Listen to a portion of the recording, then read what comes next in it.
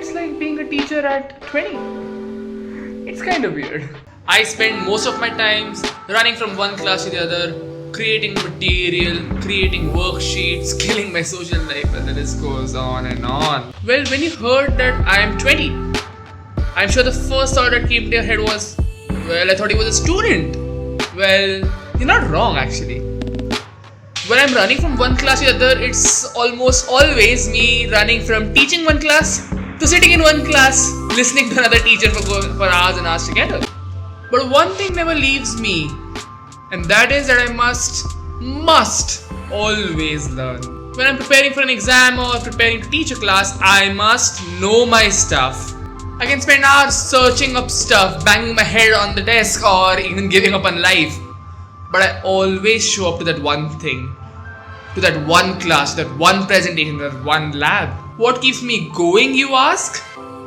When working with learners with different learning styles and even different ages, you learn the most important thing that separates a mediocre teacher from a good one. What do you think it takes to wake up every single morning, thinking about how you aim to ace your day and doing what it takes every single day? It's pretty easy to get tired. But if you learn how to remain patient throughout, you build the resilience you never thought you could possess. Whether it be a difficult teacher or a difficult student, being patient with them to understand where they come from is the key to being a good teacher. What if I feel lost? What if I've lost my patience? Even remain in the job that I'm in. That's when you remember why you got the job in the first place.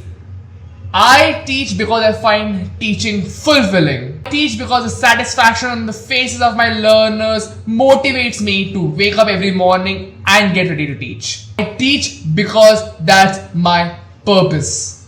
And that's what keeps me patient and persistent. Results do not always show up instantaneously. Sometimes they may take years. Every journey is different. One thing stays common, that's the perseverance that they show. The grit to learn, and that is what is your superpower. See you next time.